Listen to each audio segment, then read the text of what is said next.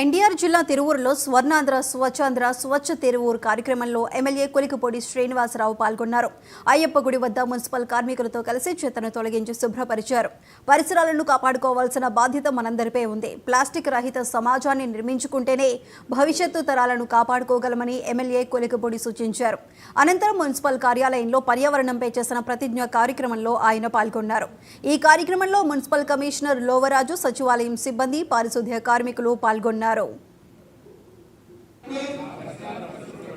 ప్రతిరోజు కొంత సమయం కేటాయిస్తారని నా వంతు కృషిగా స్వచ్ఛతా కార్యక్రమాల కొరకు శ్రమదానం చేసి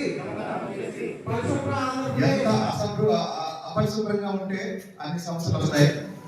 ఎంత పరిశుభ్రమైన వాతావరణం ఉంటే అంత బాగుంటుంది. కాబట్టి ప్రతి వారం ఒకరోజు మున్సిపల్ సిబ్బంది సహకారంతో తిరువూరుని స్వచ్ఛ తిరువూరుగా తీర్చిదిద్దే కార్యక్రమం నిర్వహిస్తాం. అందులో భాగంగా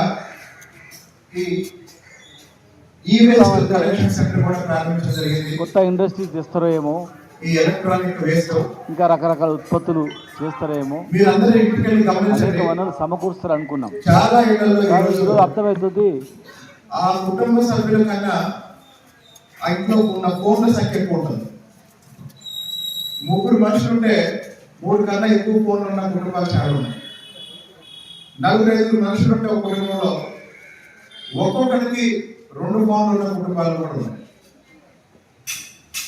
నేను ఒకప్పుడు మా ఇంట్లో ఏ రూమ్లో చూసినా పుస్తకాలు ఉండేవి. ఇప్పుడు ఏ రూమ్లోకి వెళ్ళినా ఛార్జర్లు, ఐప్యాడ్లు, ల్యాప్టాప్లు, సెల్ ఫోన్లు. తర్వాత మనం ఎక్కడికి బయలుదేరినా ఇంతకుముందు చెప్పులు వేసుకొని బయలుదేరేవాడు, ఇప్పుడు ఛార్జింగ్ చూసుకొని బయలుదేరుతున్నాం.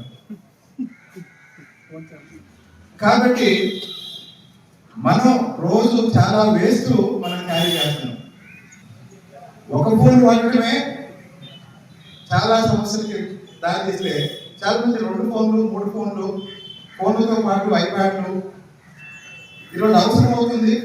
కొంతమంది ఆర్భాటం కోసం కూడా వాడుతున్నారు. అయితే ఇవన్నీ ప్రకృతికి ఇబ్బందికరంగా మారుతున్నాయి. మీరు హైదరాబాద్లో కానీ, చెన్నైలో కానీ, బెంగళూరులో కానీ, విజయవాడలో కానీ, తిరువూరులో కానీ 10 నిమిషాలు వర్షం పడితే ఎందుకు రోడ్లన్నీ మునిగిపోతున్నాయి అంటే కాలువలన్నీ